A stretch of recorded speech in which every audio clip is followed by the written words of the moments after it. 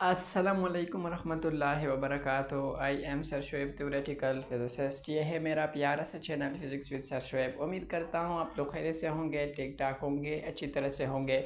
तो last time हमने word से रिलेटेड चर्चा किया हुआ था, एमसीक्यूज़ करवाए थे। हमारा आज का जो चर्चा होगा वो वर्ड से रिलेटेड क्वेश्चन पर होगा। कुछ कंसेप्चुअल क्वेश्चन है उन पर होगा। तो कुछ ऐसे क्वेश्चन है जो कि अक्सर स्टूडेंट्स के माइंड में होते हैं। तो मैं उस क्वेश्चन को आज जो है सॉल्व करूँगा। कोशिश करूँगा कि 10+ क्वेश्चंस जो है वो मैं हल करूँ। वैसे क्वेश्चन जो है ये तो बहुत ज़्यादा है, लेकिन मैं कोशिश करूँगा कि 10+ क्वेश्चन जो कि ज़रूरी है, आप लोगों के लेवल पर है, उनको मैं सॉल्व करूँ। तो शुरू करते हैं।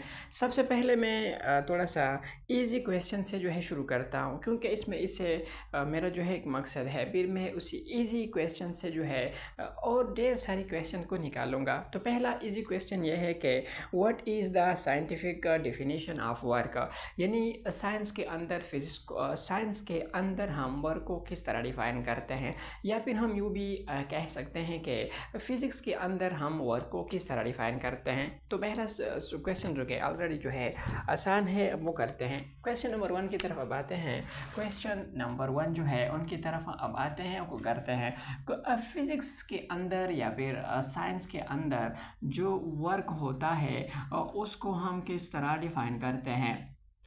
तो अब डिफिनीशन करते हैं। देखिए, मिसाल के तौर पर सबसे पहले जो है मैं यहाँ पर अर्थ का सरफेस ले रहा हूँ। सबसे पहले मैंने अर्थ का सरफेस लिया हुआ है। यहाँ पर ये एक बॉक्स है, यहाँ पर ये एक पर्सन मौजूद है। अब ये पर्सन जब इस बॉक्स पर सबसे पहले फोर्स लगाएगा, फोर्स लगाने के बाद ये बॉक्स फोर्स की डायरेक्शन में मूवमेंट करेगा, कुछ फासला कवर करेगा, जिसको हम डिस्प्लेसमेंट बोलते हैं। अब अगर हम ऐसा करें कि यहाँ पर मैं जो है डिफिनीशन करवा रहा हूँ, क्योंकि फिर मैं उसी क्वेश्चन से और क्वेश्चंस को भी मैं निकालूंगा। तो पहला डिफिनीशन हम ऐसा करते हैं कि अब इस फोर्स को भी उठाए, तो इस फोर्स को मैंने उठाया और साथ साथ इस डिस्प्लेसमेंट को भी उठाए, तो इस डिस्प्लेसमेंट को भी मैंने उठाया, दोनों का प्रोडक्ट ले लिया। तो फिर दोनों के प्रोडक्ट को हम वर्क का नाम जो है वो देंगे।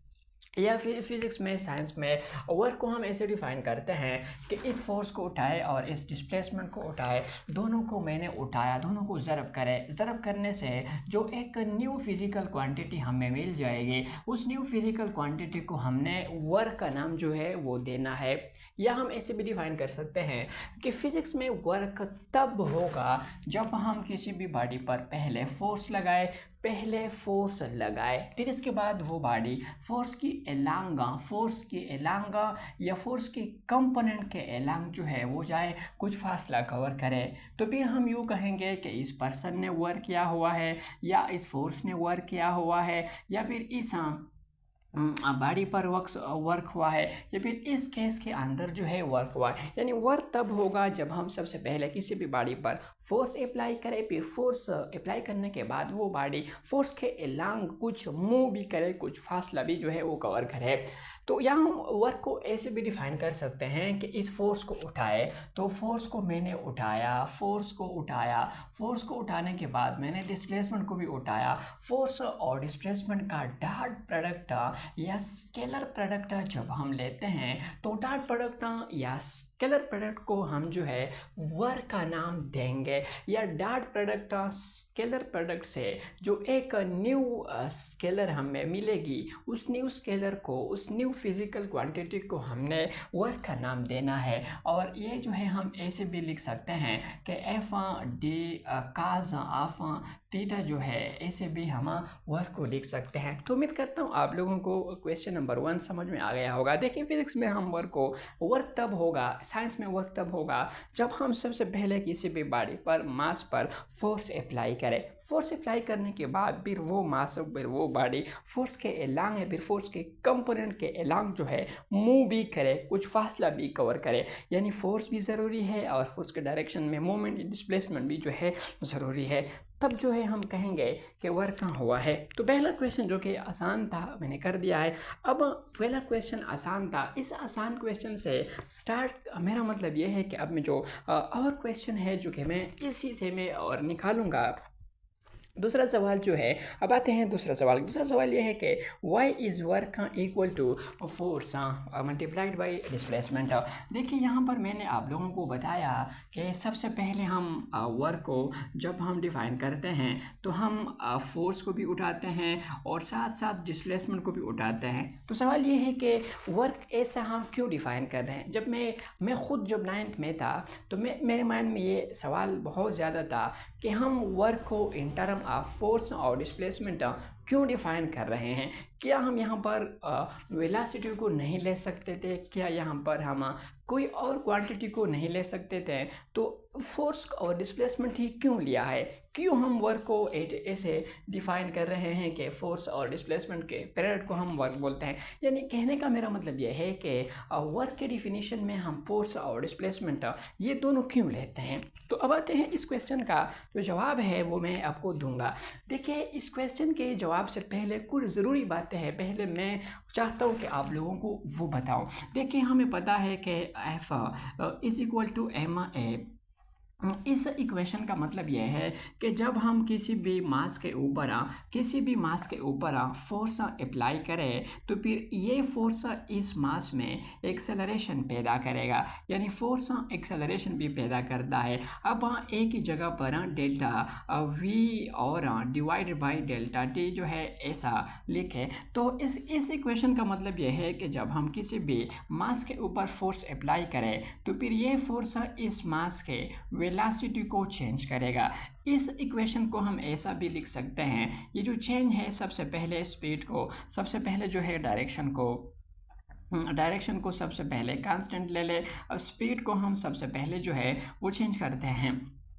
इस इक्वेशन का मतलब यह है कि फोर्स एक ऐसी चीज़ है, एक ऐसी फिजिकल क्वांटिटी है, जब वो किसी भी मास पर अप्लाई होता है तो फिर ये मास के स्पीड को चेंज करता है, वेलोसिटी की मैग्नीट्यूड को चेंज करता है। या इस इक्वेशन को हम ऐसा भी लिख सकते हैं, अब ये जो चेंज है ये डायरेक्शन के साथ लिखे, तो चेंज को अब मैं डायरेक्शन के साथ जो है लिख रहा हूँ डेल्टा वी और डिवाइड बाई डेल्टा टी।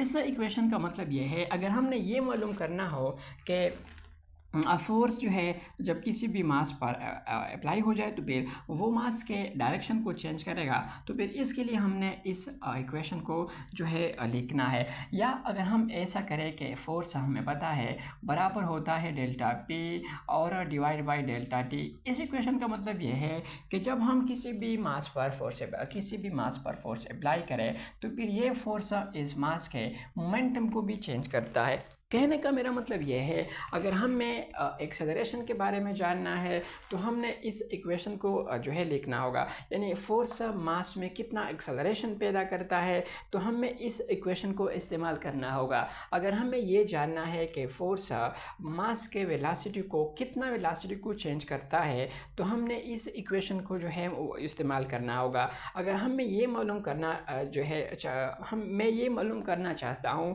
कि जो किसी भी मास पर जब फोर्स अप्लाई होता है तो फिर वो फोर्स मास के कितने स्पीड को चेंज करता है, तो फिर इसके लिए हमने इस इक्वेशन को इस्तेमाल करना होगा। अगर फोर्स डायरेक्शन को चेंज करता है तो फिर इसके लिए हमें ये वाला इक्वेशन को यूज़ करना होगा। अगर मोमेंटम के बारे में हमें पता हो कि किसी भी जो है मास पर फोर्स लगा है और उस फोर्स की वजह से कितना मोमेंटम चेंज हुआ है, तो फिर इसके लिए हमें ये वाला इक्वेशन जो है इस्तेमाल करना होगा। अब दोबारा आए वर्क की तरफ आए। देखिए वर्क में हम फोर्स और डिस्प्लेसमेंट इसलिए लेते हैं ताकि हमें ये पता चले कि किसी भी मास पर जब फोर्स लगता है तो फिर उस फोर्स की वजह से मास कितना आगे जाता है, कितना फासला कवर करता है। देखिए इस इक्वेशन में मास में एक्सेलरेशन पैदा होता है और इस इक्वेशन में मास में velocity change, speed change, direction change और मोमेंटम चेंज। अगर हमें ये मालूम करना है कि किसी भी फोर्स की वजह से मास कितना चला गया है, कितना फासला जो है वो कवर कर गया है, तो इसके लिए हमें वर्क का टॉपिक जो है वो डिफाइन करना होगा। कहने का मेरा मतलब यह है कि वर्क में हम फोर्स और डिस्प्लेसमेंट को इसलिए लेते हैं ताकि हमें ये पता चले कि किसी भी बॉडी पर जब फोर्स अप्लाई होता है तो फिर उस फोर्स अप्लाई करने के बाद वो जो मास है वो उन्होंने कितना फासला कवर कर गया है। यानी कितना फोर्स की वजह से कितना बॉडी फासला कवर कर गया है। तो फिर इसी वजह से हम वर्क में जो है ये जो है करते हैं, फोर्स और डिस्प्लेसमेंट को लेते हैं। चलो मैं इसको एक एग्जांपल से समझा देता हूँ। मिसाल के तौर पर मैं ये कह रहा हूँ कि लेट्स सपोज मेरे साथ जो वर्क हुआ है वो 1 जूल वर्क हुआ है। अब 1 जूल वर्क को मैं ऐसा लिख सकता हूँ कि 1 न्यूटन और 1 मीटर, यानी इसका मतलब ये है कि 1 न्यूटन फोर्स की वजह से बॉडी ने 1 मीटर का फासला कवर कर गया है। कहने का मेरा मतलब ये है कि वर्क में हम फोर्स और डिस्प्लेसमेंट को इसलिए लेते हैं ताकि हमें ये पता चले, यानी इस चीज़ को मालूम करने के लिए, ताकि हमें ये पता चले कि फोर्स की वजह से बॉडी कितना फासला कवर कर गया है, कितना जो है मूवमेंट कवर करा, कितना जो है बॉडी चली गई है। तो इस मकसद के लिए हम वर्क के टॉपिक में फोर्स और डिस्प्लेसमेंट के को ज़र्ब कर लेते हैं। ओके, तो अब आते हैं कंसेप्चुअल क्वेश्चन नंबर 3।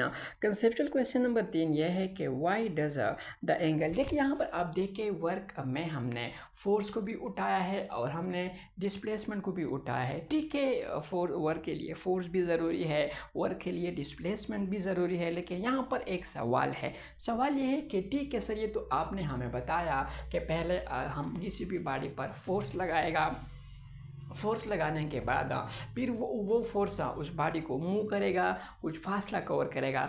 तो डिस्प्ले, लेकिन ये जो एंगल है ये क्यों आया है?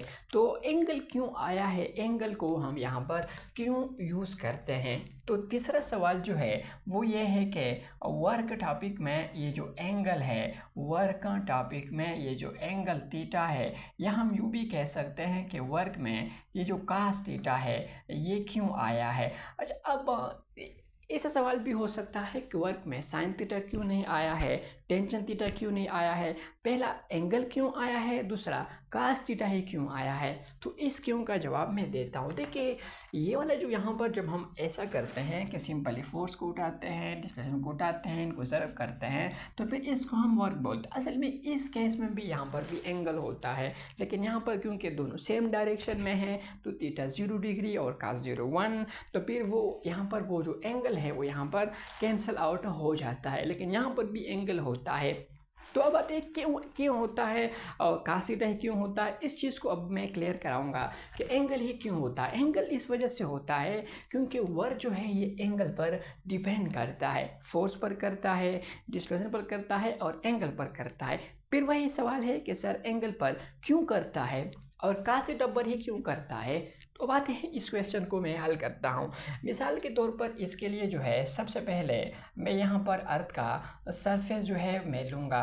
तो यहाँ पर मैंने सबसे पहले अर्थ का सरफेस लिया हुआ है। यहाँ पर ये एक बॉडी है। अब मैं इस बॉडी के ऊपर इस डायरेक्शन में फोर्स अप्लाई कर रहा हूँ। तो मैंने इस बॉडी के ऊपर इस डायरेक्शन में फोर्स अप्लाई किया। ये जो बॉडी है ये इस अर्थ के सरफेस के ऊपर हॉरिजॉन्टली जाएगी। उन्होंने हॉरिजॉन्टली जो है फासला को कवर कर दिया। अब यहाँ पर ये फोर्स है और ये डिस्प्लेसमेंट है, ये है एंगल। तो यहाँ पर सबसे पहले कार्टेशियन कोऑर्डिनेट सिस्टम को ले ले। कार्टेशियन कोऑर्डिनेट सिस्टम को हम कैसे लेते हैं, सबसे पहले यहाँ पर ये हो जाएगा। मैं ऐसा करता हूँ कि ये जो दोनों का जो टेल है इनको मैं कार्टेशियन कोऑर्डिनेट सिस्टम का ओरिजिन मान लूँगा। तो ये हो जाएगा पॉजिटिव एक्स एक्सेस और ये हो जाएगा नेगेटिव एक्स एक्सेस, ये हो जाएगा पॉजिटिव वाई एक्सेस और ये हो जाएगा नेगेटिव वाई एक्सेस। अब यहाँ पर इस फोर्स को रिजॉल्व करें। इस फोर्स को जब हम रिजॉल्व करते हैं तो इसके हेड से परपेंडिकुलर लाइन ड्रा करें डिस्प्लेसमेंट एक्सेस की तरफ। फिर इसके बाद टेल से शुरू करें और यहाँ पर रुक कर एक हेड को ड्रा करें और फिर इसके बाद इस लाइन के ऊपर जाए यहाँ पर रुक कर एक हेड को ड्रा करें। अब देखिए यहाँ पर अब ऐसा करें कि देखें ये तो हो गया फोर्स, ये फोर्स का एक कंपोनेंट हो गया और इसी तरह जो है ये फोर्स का दूसरा कंपोनेंट हो गया। लेकिन ये फोर्स का वो वाला कंपोनेंट है देखिए जो एक्स एक्सिस के ऊपर है, इसको हम बोलते हैं एफ एक्स, और ये फोर्स का वो वाला कंपोनेंट है जो वाई एक्सिस के साथ पैरेलल में है, यानी वाई एक्सिस के ऊपर है, इसको हम बोलते हैं एफ वाई। अब आप लोगों को इंशाल्लाह मैं बताऊंगा। देखिए थीटा के साथ जो एडजेसेंट कंपोनेंट होता है उसके साथ होता है कास थीटा, और थीटा के साथ जो सामने वाला कंपोनेंट होता है इसको हम बोलते हैं एफ साइन थीटा। सबसे पहले आप लोगों से मेरा एक सवाल है, सवाल मेरा ये है कि इस केस में ये जो वर्क हुआ है, ये जो बॉडी जो है चली गई है, क्या ये बॉडी एफ एक्स की डायरेक्शन में चली गई है या एफ वाई की डायरेक्शन में चली गई है? तो सबसे पहले इस जो बॉडी है इसके ऊपर दो फोर्स लग रहे हैं, एक लग रहा है एफ एक्स और दूसरा लग रहा है एफ वाई। बॉडी ऐसे जा रही है, तो जो बॉडी ऐसे जा रही है तो इसका मतलब यह है कि एफ वाई की डायरेक्शन में एफ साइन थीटा की डायरेक्शन में कोई डिस्प्लेसमेंट नहीं हो रहा। जब एफ साइन थीटा की डायरेक्शन में कोई डिस्प्लेसमेंट नहीं हो रहा, कोई मूवमेंट नहीं हो रहा, कोई डिस्प्लेसमेंट नहीं हो रहा, कोई मोशन नहीं हो रहा, कोई स्पीड नहीं हो रहा, कोई वेलोसिटी नहीं है, कोई मोमेंटम नहीं है, तो इसका मतलब यह है कि इसकी वजह से जो वर्क होगा वो कितना होगा? इसकी वजह से वर्क ज़ीरो होगा। क्यों ज़ीरो होगा? क्योंकि एफ वाई की डायरेक्शन में कोई फासला कवर नहीं हो रहा, बॉडी ऊपर जो है नहीं जा रही।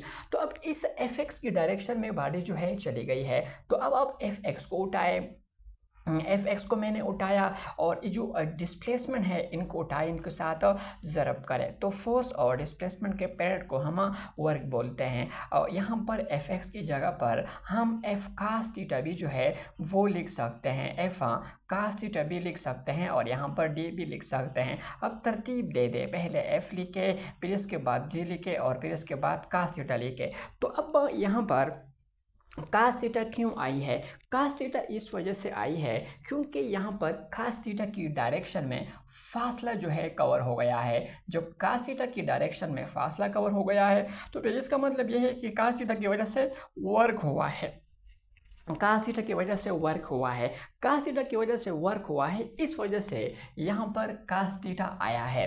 दूसरी बात यह है कि यहाँ पर ये एक इफेक्टिव कंपोनेंट है, यहाँ पर ये एक अहम कंपोनेंट है, यहाँ पर इसकी वजह से बॉडी जो है वर्क इसकी वजह से यहाँ पर वर्क हुआ है, इस वजह से हमने यहाँ पर जो है कास थीटा को लिया है। तो क्या इस सवाल का जो है यहाँ पर कि यहाँ पर थीटा और कास थीटा इस वजह से आया है क्योंकि इसकी वजह से वर्क होता है, इसकी वजह से वर्क होता है। साइन थीटा की वजह से क्यों नहीं होता? तो साइन थीटा की वजह से इस वजह से नहीं होता। चलो ठीक है, अगर हमें यहाँ पर साइन थीटा को लिखूँ तो यहाँ पर मैं साइन थीटा को भी लिख सकता हूँ, लेकिन साइन थीटा की वजह से वर्क ज़ीरो होता है, तो अगर मैं लिखूँ भी तो कोई फ़ायदा होने वाला नहीं है। हम यहाँ पर उन चीज़ों को लिखेंगे जिसका हमें फ़ायदा हो, जो जिसका फ़ायदा हो तो वो वाले कंपोनेंट्स हम यहाँ पर लिखेंगे। तो थीटा और कास थीटा को हमने इसलिए लिखा है क्योंकि ये इफ़ेक्टिव कंपोनेंट है, अहम कंपोनेंट है, रोल यहाँ पर अदा कर रहे हैं, इसकी वजह से वर्क हो रहा है, इस वजह से हमने यहाँ पर थीटा को लिया हो, या वर्क थीटा पर डिपेंड करता है, तो इस वजह से हमने यहाँ पर जो है थीटा को लिया हुआ है। तो अभी तक हमने जो है 3 सवालात हल कर दिए हैं।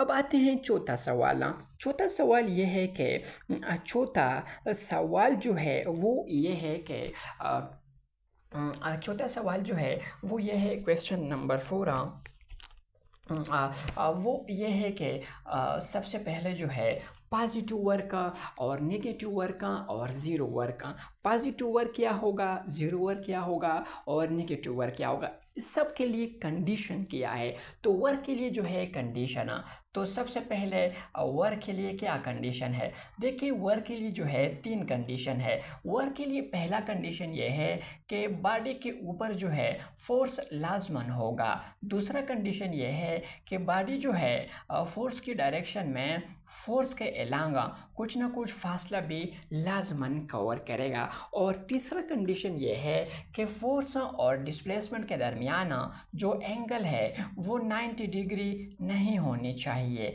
ये 3 कंडीशन है वर्क के लिए। फोर्स लाजमन होगा, डिस्प्लेसमेंट लाजमन होगा, मूवमेंट लाजमन होगा, और इसी तरह जो है थीटा फोर्स और डिस्प्लेसमेंट के दरमियान 90 डिग्री नहीं होगा। तो ये 3 कंडीशन है वर्क के लिए। पॉजिटिव वर्क के लिए कितने कंडीशन है? तो पॉजिटिव वर्क जो है, पॉजिटिव वर्क के लिए अब मैं कंडीशन को लिख रहा हूँ। पॉजिटिव वर्क जो है बेसिकली देखिए वर्क का फार्मूला है, यहाँ पर मैं सबसे पहले लिखूँ वर्क का फार्मूला है एफ और डी काज आफा थीटा। अब ये जो फोर्स का मैग्नीट्यूड है ये हमेशा के लिए पॉजिटिव जो है आता है और डिस्प्लेसमेंट का मैग्नीट्यूड भी हमेशा पॉजिटिव।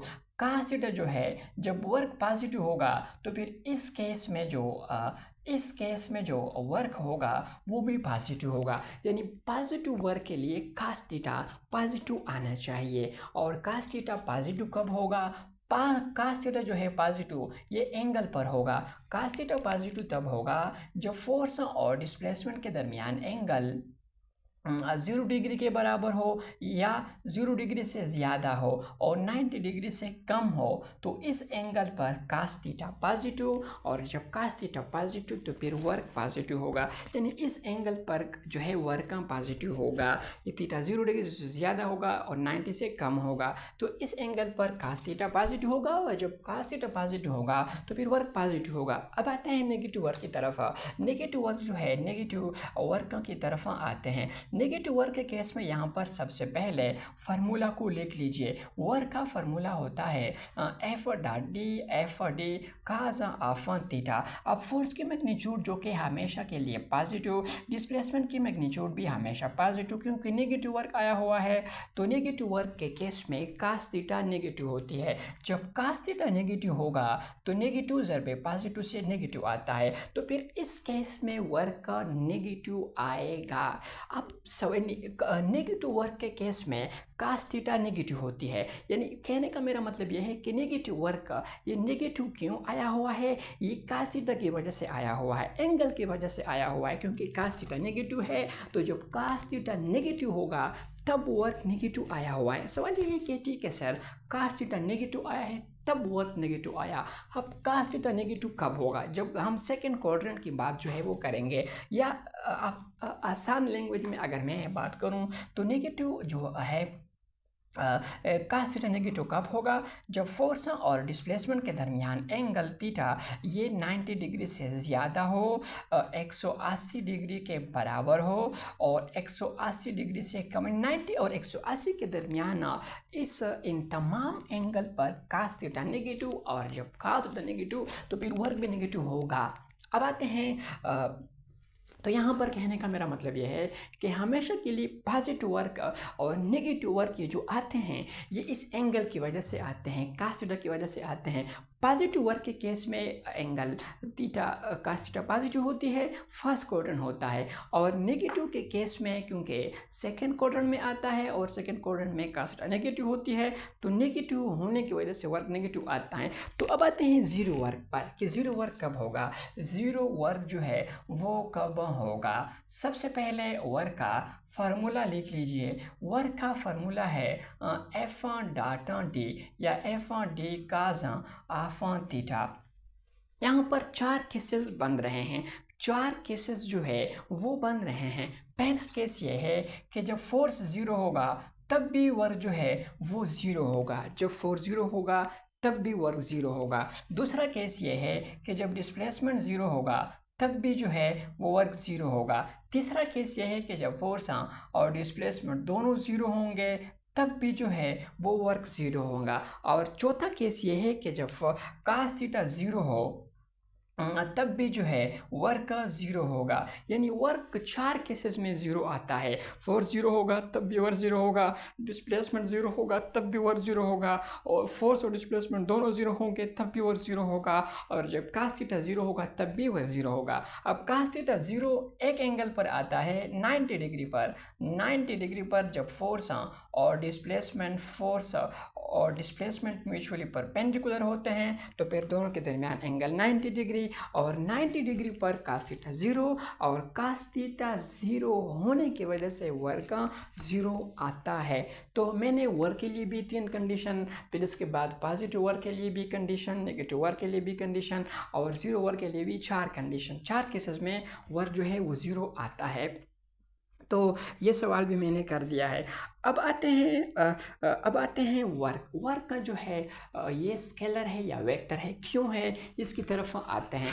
तो क्वेश्चन नंबर 5 क्वेश्चन नंबर 5 जो है, अब मैं क्वेश्चन नंबर 5 को जो है हल कर रहा हूँ। क्वेश्चन नंबर 5 ये है कि सबसे पहले वर्क स्केलर है या वेक्टर है, ये मैं आपको बताऊँ।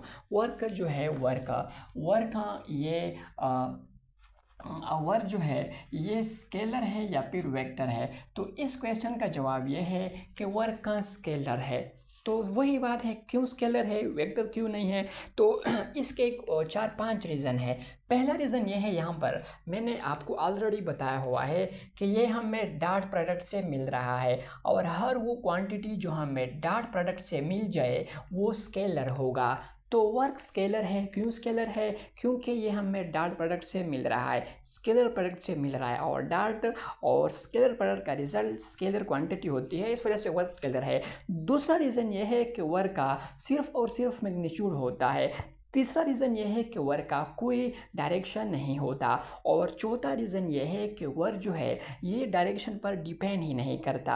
यानी अगर हम डायरेक्शन को चेंज करें तो डायरेक्शन को चेंज करने की वजह से वर्क जो है वो चेंज नहीं होगा, यानी डायरेक्शन वर्क को इफेक्ट नहीं करता। और पांचवा रीज़न ये है कि वर्क का आम सा अलजबरा को ओबे करता है। 1 जूल जमा 1 joule is equal to 2 joule, 10 joule जमा 12 जूल इज इक्वल टू 22 जूला। तो रियल नंबर वाला जो अलजबरा है वो ओबे करता है, यानी head to tail the rule vector वाला अलजबरा ओबे नहीं करता। तो इन 5 रीज़न की वजह से वर्क का स्केलर क्वांटिटी है। वेक्टर क्यों नहीं है? क्योंकि वेक्टर के लिए भी ज़रूरी यह है कि मैग्नीट्यूड होगा, डायरेक्शन होगा, और डायरेक्शन पर डिपेंड करेगा। और ये जो है वेक्टर अलजबरा को ओबे करेगा। और पांचवी रीज़न ये है कि वेक्टर प्रोडक्ट या क्रॉस प्रोडक्ट से हमें वो मिलेगा, लेकिन ये डॉट प्रोडक्ट से मिल रहे हैं, तो इस वजह से ये वेक्टर नहीं है बल्कि स्केलर है। तो उम्मीद करता हूँ आप लोगों को पता चल गया होगा आज के वर्क स्केलर क्यों है। क्योंकि 5 रीज़न मैंने बताया, इस 5 रीज़न की वजह से वर्क का स्केलर होता है। तो अब आते हैं छठे क्वेश्चन की तरफ। छठे क्वेश्चन ये है, देखिए क्या ऐसा हो सकता है, क्या ऐसा हो सकता है कि फोर्स 0 हो और वर्क का नॉन ज़ीरो हो? क्या ऐसा हो सकता है कि फोर्स 0 हो और वर्क नॉन, यानी फोर्स ना हो और वर्क हो? नो, ऐसा नहीं हो सकता, ऐसा नहीं हो सकता। This is not possible. क्यों? क्योंकि यहाँ पर मैंने थोड़ी देर पहले आपको बताया कि वर्क के लिए फोर्स ज़रूरी है, वर्क के लिए डिस्प्लेसमेंट ज़रूरी है, और वर्क के लिए एंगल 90 डिग्री नहीं होनी चाहिए। तो वर्क के लिए फोर्स ज़रूरी, जब फोर्स ही नहीं होगा तो फिर वर्क ही नहीं होगा। कहने का मेरा मतलब यह है, जब फोर्स 0 होगा तो वर्क जो है ये भी हमेशा के लिए लाजमना 0 ही आएगा। 7वां सवाल क्वेश्चन ये है, क्या ऐसा हो सकता है कि डिस्प्लेसमेंट जो है वो 0 हो, यानी बॉडी कुछ फासला ना कवरे और वर्क जो है वो हो रहा हो? नो, ऐसा भी नहीं हो सकता, क्योंकि वर्क के लिए फोर्स के साथ साथ डिस्प्लेसमेंट भी ज़रूरी है। जब डिस्प्लेसमेंट ही नहीं होगा तो वर्क भी लाजमना 0 होगा, वर्क भी इस केस में भी लाजमना 0 ही आएगा। 8वां सवाल ये है, क्या ऐसा हो सकता है कि फोर्स और डिस्प्लेसमेंट दोनों 0 हो तब वर्क हो? नो, ऐसा भी नहीं हो सकता। जब फोर्स भी 0 होगा, कोई फासला भी ना कवर कर रहा होगा, तो फिर इस केस में भी वर्क हमेशा के लिए 0 जो है वो आएगा। 9वां सवाल ये है, क्या ऐसा, यहाँ पर एक और सवाल है, यहाँ पर मैंने, ठीक है, वर्क के लिए फोर्स ज़रूरी है, वर्क के लिए डिस्प्लेसमेंट ज़रूरी है, ये के लिए जो 90 डिग्री यहाँ पर मैंने लिखा है, इस एंगल पर मैं उम्मीद करता हूं कि इसको मैं आप लोगों को समझाऊं कि वर्क के लिए 90 डिग्री क्यों ज़रूरी है। लेकिन इस क्वेश्चन से पहले कुछ और क्वेश्चंस है, मैं वो भी क्लियर कराऊं। कि मिसाल के तौर पर एक पर्सन है, वो सबसे पहले इस बॉडी को ऊपर उठाता है, तो क्या यहाँ पर वर्क होगा या नहीं? अब जब वो इसको अपने हाथ में इस तरह पकड़े रखेगा तो फिर इस केस में वर्क होगा या नहीं? या फिर जब वो इस तरह आगे जाएगा तो क्या वर्क होगा या नहीं? इस तरह जो है, जब इसको फेंकेगा तो वर्क होगा या नहीं, रुकेगा तो वर्क होगा? ये जो सवालात है, तो मैं जब सबसे पहले ये क्लियर कराऊं तो फिर इसके बाद 90 डिग्री पर मैं आऊँगा। तो पहले आप लोग इनको नोट डाउन करें ताकि मैं अगले सवालात की तरफ जाऊँ।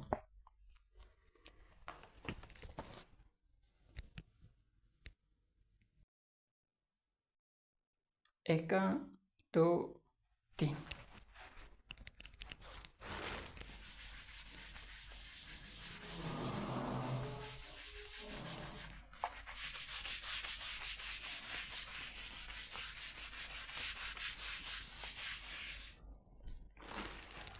इसको मैं नहीं मिटाऊंगा क्योंकि ज़रूरी है। इनको मैं मिटाऊं,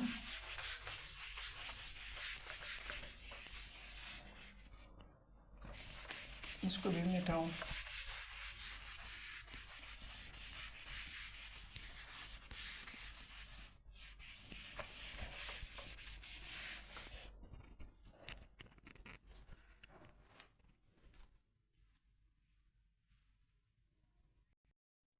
तो अब आते हैं 8 क्वेश्चन हमने कर दिए हैं। अब आते हैं 9वें नंबर पर क्वेश्चन की तरफ। तो क्वेश्चन नंबर 9 जो है, इसमें 2-3 बातें हैं वो मैं यहाँ पर क्लियर करूँगा। मिसाल के तौर पर सबसे पहले यहाँ पर मैंने अर्थ का सरफेस जो है ये लिया हुआ है। यहाँ पर ये एक पर्सन है, यहाँ पर मैंने एक पर्सन को लिया हुआ है, ये पर्सन का हैंड है, ये मास है। सबसे पहले ये मास जो है, ये जो पर्सन है ये इस मास पर फोर्स लगाता है, ऊपर की तरफ उठाता है। देखिए इस केस में इस पर्सन ने जो है फोर्स भी लगाया। फोर्स लगाने के बाद ये मास फोर्स की डायरेक्शन में थोड़ा सा ऊपर भी उड़ गया, कुछ फासला भी कवर कर गया, यानी फोर्स भी है और डिस्प्लेसमेंट भी है। तो फिर इस केस में वर्क हुआ है, बिल्कुल यहाँ पर मैं लिखूँ, इस केस में जो है वर्क हुआ है। इस केस में इस पर्सन ने वर्क किया है। कौन सा वर्क किया है? पॉजिटिव वर्क किया है। कहने का मेरा मतलब ये है कि मिसाल के तौर पर एक बॉडी है जो कि अर्थ के सरफेस के ऊपर मौजूद है। अब मैं इस बॉडी पर लेट सपोज ये एक पेन है, ये पेन यहाँ पर जो है अर्थ के सरफेस के ऊपर रखा हुआ है। अब मैंने इस पेन को ऊपर उठाया तो देखिए मैंने फोर्स लगाया। फोर्स लगाने के बाद फोर्स के डायरेक्शन में कुछ फासला भी कवर हुआ है, फोर्स भी है, डिस्प्लेसमेंट भी है, तो फिर वर्क हुआ है। मैंने इस केस में वर्क किया है। कौन सा वर्क किया है? पॉजिटिव वर्क किया है। लेकिन अगर मैं ग्रेविटी की बात करूँ, डिस्प्लेसमेंट ऊपर है और फोर्स नीचे, अर्थ जो है वो नीचे की तरफ फोर्स अप्लाई कर रहा है, तो एंगल 180 डिग्री है, नेगेटिव वर्क हुआ है। यानी मैं पॉजिटिव वर्क कर रहा हूँ और ग्रेविटी नेगेटिव वर्क कर रहा है। कहने का मेरा मतलब यह है कि जब भी कोई भी बॉडी जब अर्थ के सरफेस के ऊपर रखी हुई होती है, जब उसको ऊपर उठाते हैं तो हम वर्क करते हैं, ग्रेविटी भी वर्क करता है, हम पॉजिटिव वर्क करते हैं और ग्रेविटी नेगेटिव वर्क करता है। तो कहने का मेरा मतलब यह है कि जब हम उन चीज़ों को ऊपर उठाते हैं तो इस केस में हम वर्क करते हैं। अब ये जो बॉडी है, ये मैंने इस बॉडी को इसी तरह उठा तो दिया है, लेकिन इसी तरह जो है मैंने इसको होल्ड किया हुआ है। तो इस केस में मैंने इस बॉडी को जो है होल्ड किया हुआ है। अब मैंने इस मास को यहाँ पर उठाकर अब मैंने इस मास को यहाँ पर होल्ड किया हुआ है, होल्ड। तो जब मैंने होल्ड किया हुआ है, देखिए मैं तो फोर्स लगा रहा हूँ, फोर्स लगा रहा हूँ। मैं तो इस केस में जो है जब मैंने इस मास को होल्ड किया हुआ है तो फिर इस केस में मैं तो फोर्स लगा रहा हूँ, लेकिन फोर्स की डायरेक्शन में कोई फासला कवर नहीं हो रहा। जब फोर्स के डायरेक्शन में कोई फासला नहीं कवर हो रहा तो फिर इस केस में वर्क ज़ीरो है। मतलब ये है कि जब हम बॉडी को ऊपर उठाते हैं फिर उसके बाद उस बॉडी को अपने हाथ में रख देते हैं, तो इस केस में हम तो ऊपर की तरफ फोर्स लगा रहे होते हैं, जिसको हम नॉर्मल फोर्स बोलते हैं। लेकिन इस केस में क्योंकि फोर्स की डायरेक्शन में कुछ फासला नहीं कवर हो रहा, जब फोर्स की डायरेक्शन में कोई फासला नहीं कवर हो रहा तो फिर इस केस में हम कोई वर्क नहीं कर रहे हैं, इस केस में वर्क ज़ीरो है। अब अगर मैं ऐसा करूं कि ये जो पर्सन है ये रवाना होता है, जब ये पर्सन रवाना होता है तो क्या इस केस में कोई वर्क हो रहा है या नहीं? देखिए ये जो पर्सन है ये रवाना हो रहा है, तो फिर इस केस में फोर्स तो मैं ऊपर की तरफ लगा रहा हूँ, यानी ये मूवमेंट के दौरान है। और डिस्प्लेसमेंट जो है इस पर्सन इस डायरेक्शन में मोशन कर रहा है, जब ये पर्सन इस डायरेक्शन में मोशन कर रहा है तो डिस्प्लेसमेंट का डायरेक्शन ये है। देखिए दोनों के दरमियान यहाँ पर जो है थीटा यहाँ पर 90 डिग्री है, तो 90 डिग्री होगा तो cos 90 ज़ीरो, तो फिर इस केस में वर्क ज़ीरो होगा। मतलब ये है कि इस बॉडी को मैंने इस तरह हाथ में पकड़ा हुआ है। अब देखिए मैं मोशन में हूँ, तो फिर इस केस में मैं इस बॉडी पर कोई वर्क नहीं कर रहा। क्यों? क्योंकि फोर्स तो मैं ऊपर की तरफ लगा रहा हूँ, लेकिन फोर्स का डायरेक्शन ऊपर है और डिस्प्लेसमेंट का डायरेक्शन ये है, तो दोनों के दरमियान एंगल 90 डिग्री है, cos 90 ज़ीरो, वर्क ज़ीरो। ठीक है, तो इस सवाल ये है कि जब एंगल 90 डिग्री होती है तो फिर वर्क क्यों ज़ीरो होता है? यहाँ पर मैंने आपको बताया था कि यहाँ पर मैं इस बात को क्लियर करूँगा, तो अब मैं इस बात को भी क्लियर कर रहा हूँ। लेकिन इनसे पहले देखिए, जब हम चीज़ों को ऊपर उठाते हैं तो हम वर्क करते हैं, जब हम होल्ड करते हैं तो हम कोई वर्क नहीं कर रहे थे। जब हम इसको इसी तरह जो है ले जा रहे होते हैं तो इस केस में मैं भी वर्क नहीं कर रहा, और ये जो ग्रेविटी है, जो अर्थ का ग्रेविटेशनल फोर्स है जो कि इस मास पर नीचे की तरफ लग रहा होता है, अर्थ ग्रेविटेशनल फोर्स या जिसको हम वेट बोलते हैं, इस केस में ये कोई वर्क नहीं कर रहा। इस केस में जो है इसकी वजह से कोई वर्क नहीं हो रहा, इसकी वजह से वर्क ज़ीरो है। तो ठीक है, अब सवाल ये है कि ठीक है सर, जब एंगल 90 डिग्री होता है तो फिर इस केस में वर्क क्यों ज़ीरो होता है। मिसाल के तौर पर जब फोर्स और डिस्प्लेसमेंट म्यूचुअली परपेंडिकुलर होते हैं, दोनों के दरमियान एंगल 90 डिग्री होता है, तो फिर इस केस में वर्क ज़ीरो होता है। सवाल ये है कि सर वर्क क्यों ज़ीरो होता है, वर्क क्यों ज़ीरो होता है। तो देखिए, एक रीज़न तो इसका ये है, हमें पता है कि वर्क बराबर है एफ डॉट डी या F D cause of theta. Force भी मौजूद है और डिस्प्लेसमेंट भी मौजूद है। काज थीटा की जगह पर 90 पुट करें और काज 90 से आता है ज़ीरो, तो फोर्स भी है और साथ साथ डिस्प्लेसमेंट भी है ज़ीरो इसके साथ ज़रब करें तो कितना आ जाएगा, ज़ीरो आ जाएगा, वर्क ज़ीरो आ जाएगा। लेकिन वर्क ज़ीरो तो आया, मैथमेटिकली वर्क ज़ीरो तो आया, लेकिन वर्क क्यों ज़ीरो है, इसको हम थ्योरेटिकली किस तरह प्रूफ करेंगे कि वर्क किस तरह ज़ीरो होता है। तो आया कि इसको हम प्रूफ करें कि क्यों ज़ीरो होता है।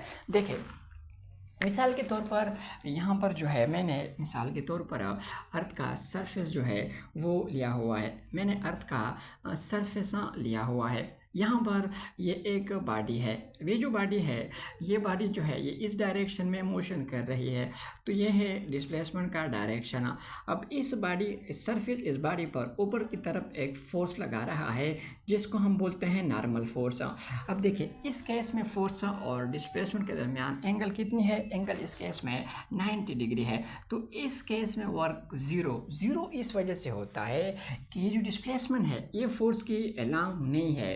मैंने शुरू में आपको बताया था कि वर्क के लिए सबसे पहले फोर्स ज़रूरी है, फिर फोर्स के डायरेक्शन में या फोर्स के कंपोनेंट के डायरेक्शन में अलोंग कुछ फासला भी ज़रूरी है। इस केस में बिल्कुल फोर्स तो लग रहा है, लेकिन ये बॉडी फोर्स के अलोंग या फोर्स के कंपोनेंट के अलोंग फोर्स के डायरेक्शन में ये बॉडी फासला नहीं कवर कर रहा होता, तो इस वजह से 90 डिग्री पर वर्क जो होता है वो ज़ीरो होता है। उम्मीद करता हूँ आप लोगों को ये समझ में आ गया होगा। तो अब आते हैं अगला सवाल, कंसेप्चुअल क्वेश्चन नंबर 11 जो है। तो कंसेप्चुअल क्वेश्चन नंबर 11 अब करते हैं।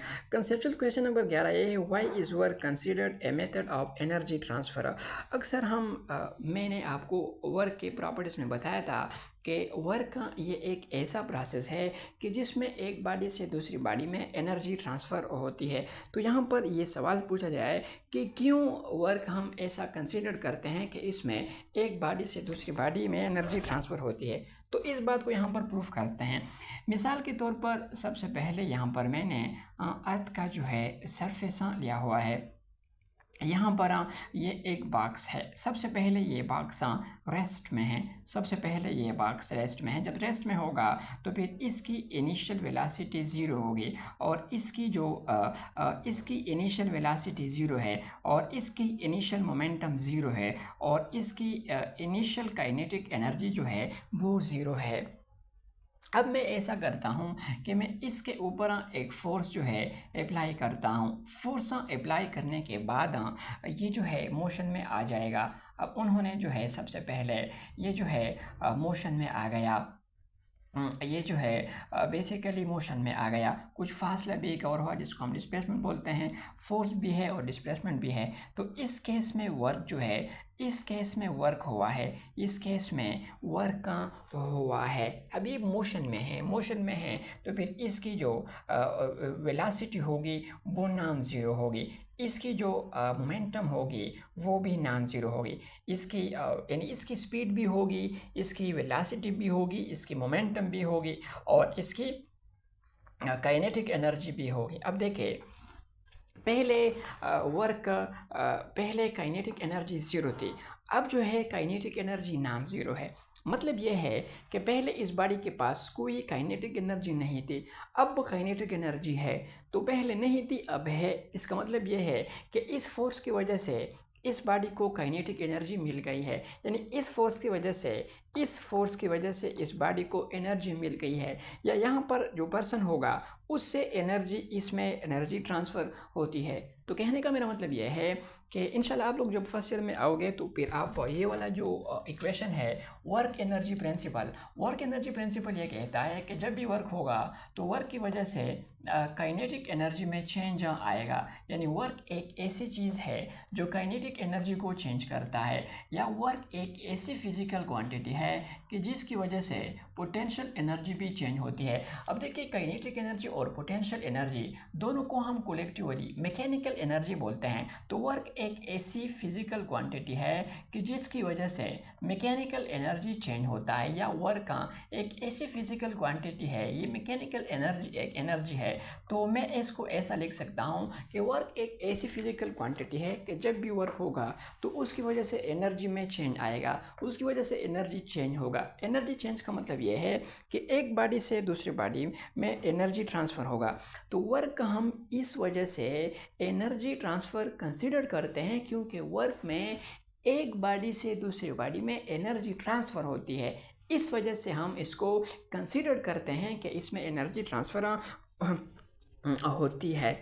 तो उम्मीद करता हूँ इसके अलावा भी सवाल तो बहुत ज़्यादा है। उम्मीद करता हूँ कि आप लोगों को कुछ फ़ायदा हुआ होगा। तो अगर फिर भी आप लोगों का कोई सवाल है तो आप लोग कमेंट में बिल्कुल फ्री है, कोई भी सवाल है नीचे कमेंट में आप पूछ ले। इंशाल्लाह मैं आपका ज़रूर आंसर जो है वो दूंगा। तो पढ़ाई करते रहे। All the very best.